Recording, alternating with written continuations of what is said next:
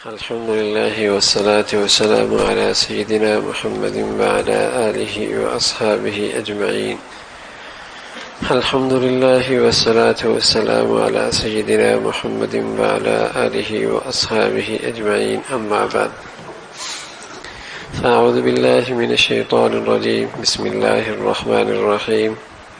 وإنه لحب الخير لشديد. صدق اللہ العظیم. یہ یہاں فتنہ مال کا تذکرہ چل رہا ہے. مال اللہ کی طرف سے عطا کردہ ایک نعمت بھی ہے، مال اللہ کا فضل بھی ہے. مال کو قرآن نے حسنہ سے بھی تعبیر کیا. ربنا آتنا فی الدنیا حسنہ، حسنہ بھی بن سکتا ہے. وابتغوا من فضل اللہ، جاؤ اللہ کا فضل تلاش کرو. مال فضل بھی بن سکتا ہے. وَإِنَّهُ لِحُبِّ الْخَيْرِ لَشَدِيدٌ، یہ مال کی محبت میں بڑے سخت ہیں، خیر بھی ہے. تو چاہیں تو اس مال کو اپنے لیے نعمت بنا لے، مولا کا فضل بنا لے، حسنہ بنا لے، آخرت سنورنے کا ذریعہ بنا لے، آخرت بنانے کا وسیلہ بنا لے، اور چاہے اس مال کو فتنے کا ذریعہ بنا دے. اب انسان کا طرز عمل ہے کہ وہ کیا طرز عمل اختیار کرتا ہے. جیسا طرز عمل اختیار کرے گا، مال وہی صورت اختیار کرے گا. سام بھی بن سکتا ہے اور نجات دہندہ بھی بن سکتا ہے. حضرت احمد بن عامر رحمۃ اللہ علیہ فرمان لگے، ہم زمانہ طالب علمی میں اپنے استاد کے ساتھ قبرستان جا رہے تھے ایک میت کو دفن کرنے کے لیے. تو راستے میں دیکھا کہ کتے آپس میں پیار محبت سے کھیل رہے ہیں، اچھل کود رہی ہیں، کھیل رہی ہیں، ایک دوسرے سے چمٹ رہے ہیں. تو ہمارے استاد نے کتوں کی طرف اشارہ کر کے کہا، دیکھا کیسے اچھے اخلاق سے آپس میں رہ رہے ہیں، خوش خرم محبت پیار کے ساتھ. فرمایا ہم جب واپس آئے تو اللہ کی شان کسی نے مردار پھینک دیا تھا. اب کتے اس کو کھانے میں ہرس کرنے میں ایک دوسرے سے لڑ رہے ہیں. ایک اس کو کاٹ رہا ہے، ایک اس کو بھونک رہا ہے، ایک اس کو کاٹ رہا ہے، ایک اس کو کاٹ رہا ہے. تو ہمارے استاد نے پھر اشارہ کیا، دیکھو جب تک ان کے پاس دنیا مردار نہیں تھی محبت سے رہ رہے تھے، اور جب دنیا مردار بیچ میں آ گئی تو ہرس نے ان کو ایک دوسرے کا دشمن بنا دیا. جب اس دنیا مردار کی محبت پیدا ہو جائے گی تو پھر بھائی بھائی دستے گریبان ہو جائیں گے، بہن بھائی لڑیں گے. پھر ہر شخص کے اندر زمینوں پر، جاگیروں پر، مالوں پر، وراثت پر نفرتیں آئیں گی. مال فتنہ بن جائے گا.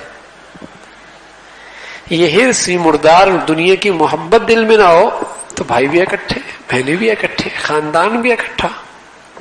یہ عدالتوں میں جائیں تو پتہ چلے گا بھائی آپس میں دونوں لڑ رہے ہیں، کیس ہو رہا ہے زمین پر، بہن نے بھائی پہ کیس کیا ہوا وراثت پر.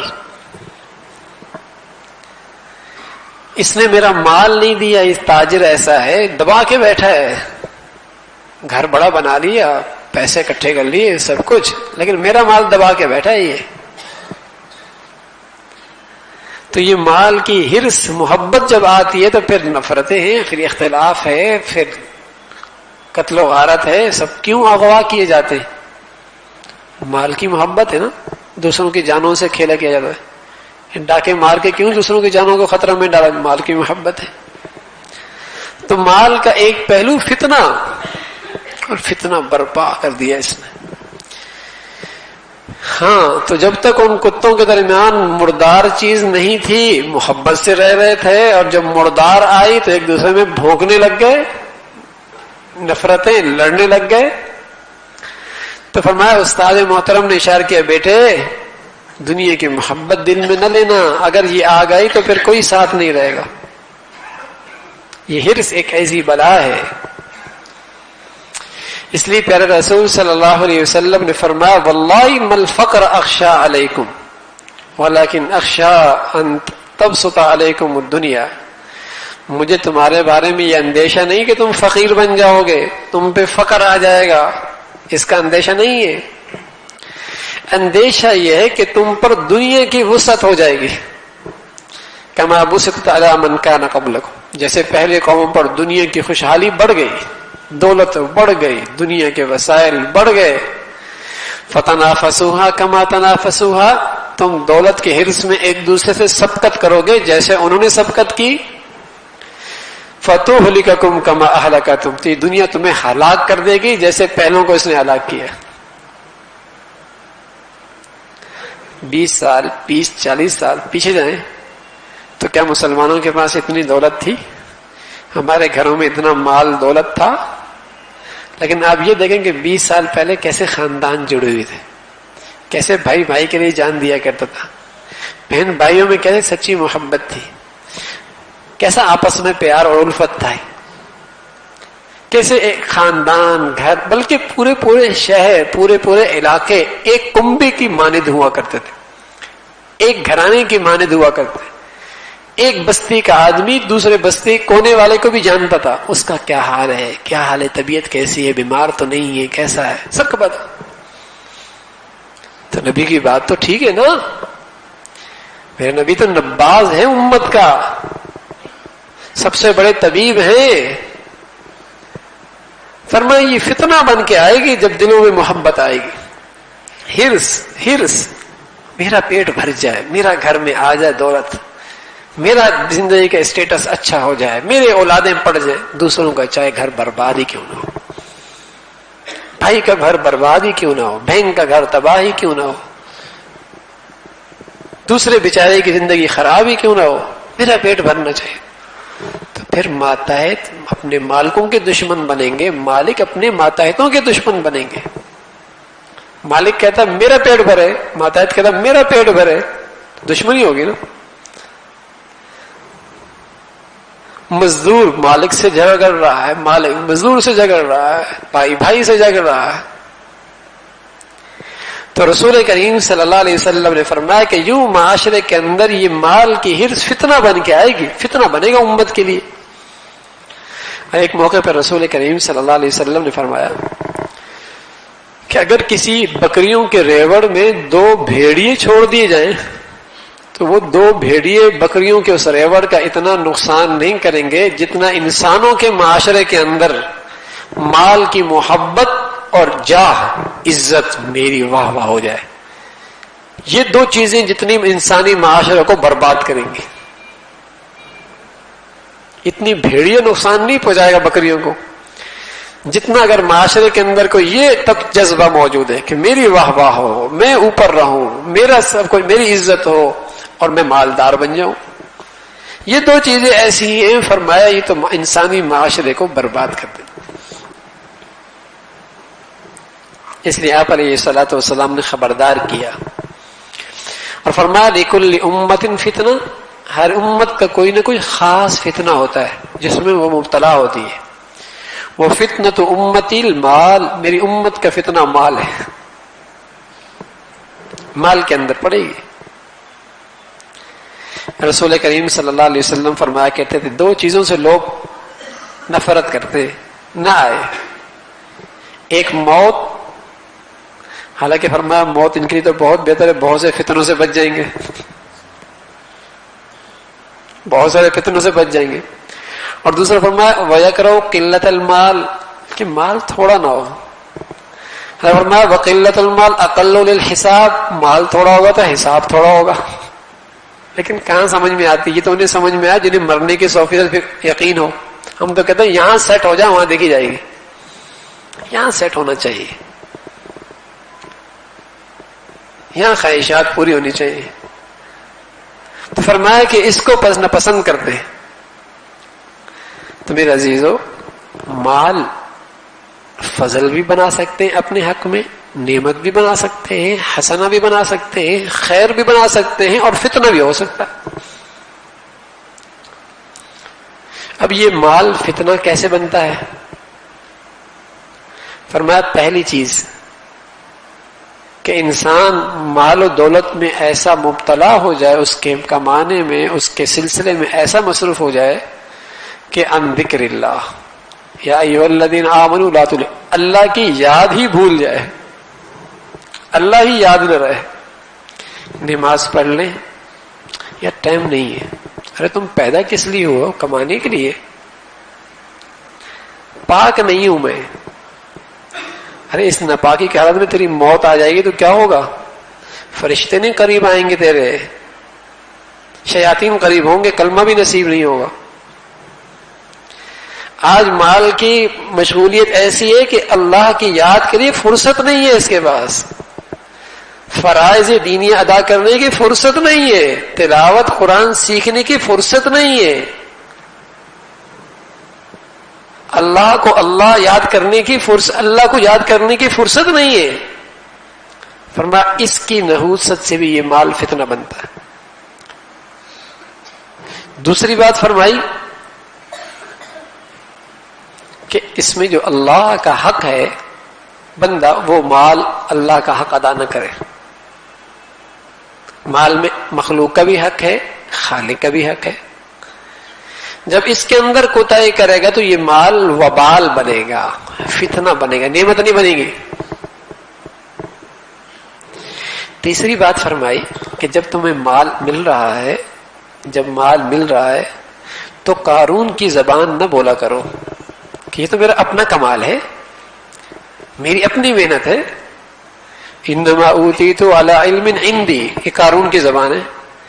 کہنے لگا مجھے ملا ہے اس لیے کہ میری اپنی ڈگریاں بہت تھیں، علم بہت تھا میرے پاس، میں نے بڑی محنت کی، بڑا میں نے پڑھا، میرا علم تھا جس کی وجہ سے میں نے مال کمایا ہے۔ یوں کہو گے تو اللہ کی اس مال کی نعمت کی نقدری ہوگی، یہ مال وبال بن جائے گا۔ یوں کرو یہ میرے مولا کا فضل ہے، میں تو اس کے لائق نہیں تھا، اللہ نے مجھے یہ نعمت دے دی ہے۔ رزق کے جتنے دہانے اللہ نے تمہارے لیے مسخر کر رکھے ہیں، کاروبار کی آمدنی کے جتنے طریقے تمہارے لیے سہولت کے بن رکھے ہیں، تمہارا دل کہے کہ یہ خاص میرے اللہ کا فضل ہے، اگر نہ چاہے تو میں بھی روڈوں پر جوتیاں اٹھا کے چٹکا رہوں گا، اور میں بھی لوگوں کے سامنے بہکاری بن کے مانگ رہا ہوں گا۔ میرے کوئی جیسے کہیں کہ عقاب کے پر نہیں لگی ہوئی ہے، اور بھی بہت سارے لوگ عقل والے ہیں، ہاتھوں والے ہیں، زبان والے ہیں، پاؤں والے ہیں، بھیک مانگ رہے ہیں۔ مجھے آج جو اللہ رب العزت نے اس ندامت سے، شرمندگی سے بچایا اور گھر بیٹھے عزت کا کھانا، عزت کا کاروبار، عزت کا لباس، میری ماں بہن بیٹیاں عزت سے کھا پی رہی، یہ خاص اللہ کا فضل ہے۔ یہ دل کا ہے، دل، زبان نہیں، صرف دل کا ہے۔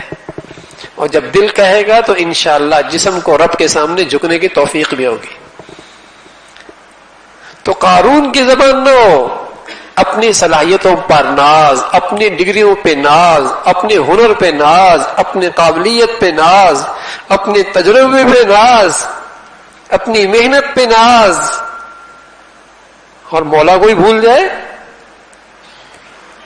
کتنے ہیں جو بہت ذہین، فتین، سمجھدار، زبردست ڈگریاں رکھنے والے کنگلے، اور کتنے ایسے جو انگوٹھا لگاتے، ہاتھ قلم سے لکھنا بھی نہیں آتا، کتنی دولت ہے ان کے پاس۔ تو یہ تو اللہ کا فضل ہے، اگر چاہو اس کو اپنے حق میں فضل بنانا، اس کی تقسیم ہے۔ اس لیے جو اللہ دے رہا ہے، اچھا کھلا رہا ہے، پلا رہا ہے، رہائش دے رکھی ہے، کاروبار کے، روزگار کے مواقع فراہم کر رکھے ہیں، دل کہے کہ اللہ تیرا فضل ہے، تیرا احسان ہے، تیرا کرم ہے مجھ پر، تو یہ کرے، اللہ کے اس انعام کا انکار نہ کرے، ورنہ یہ مال وبال بن جائے گا۔ تیسری چیز، مال اس وقت وبال بنتا ہے کہ جب بندہ اپنی قیمتی اوقات کو بھی ہر وقت مال ہی کے اندر لگاتا ہے۔ مال کمانے کے اندر. یہ تو ٹھیک ہے کچھ وقت مال کمائے, کاروبار کرے, 8 گھنٹے 12 گھنٹے ٹھیک ہے, لیکن اللہ کے بندو کچھ کام گھر کا بھی دو, کچھ وقت اللہ کے دین کے لیے بھی دو, اللہ کی عبادت کے لیے. یہ نہیں کہ 12 گھنٹے وہاں لگا کے آئے, 12 گھنٹے گھر کے اندر بھی وہی لگی ہوئی ہیں, نہ بچوں کا حق, نہ بیوی کا حق, نہ اپنے جسم کا حق, نہ عبادت, نہ خدا کا حق. تو اس صورت کے اندر بھی وہ مال وبال بنتا ہے, فتنہ بنتا ہے. تقسیم کار ہو ٹھیک ہے, محنت بھی کریں, حکم ہے محنت کرنے کا, کوشش بھی کریں, لیکن ہر وقت اسے سوار کر کے نہ رکھیں. اور سب سے اہم بات کہ مال کے اندر قناعت کا مطلب یہ ہوتا ہے کہ لاکھ ہو تو اس پر بھی کافی ہو, کروڑ ہو تو اس پر بھی کافی ہو. جتنا اللہ نے سہولت کے ساتھ رزق کے حلال کے راستے سے دے دیا, دل و جان سے اس پہ راضی ہو جائے.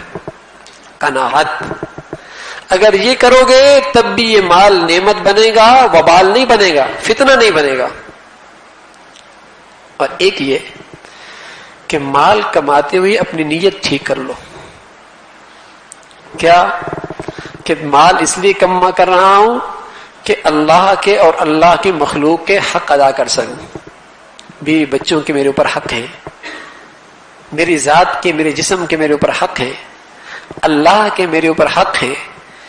ان حقوق کی ادائیگی کے لیے مال کما رہا ہوں. صحیح نیت سے کریں, اللہ کے دین پہ خرچ کروں گا, صحیح نیت کریں. یہ تمہارے لیے پھر نعمت بن جائے گا, مال فضل بن جائے گا, عبادت بن جائے گی.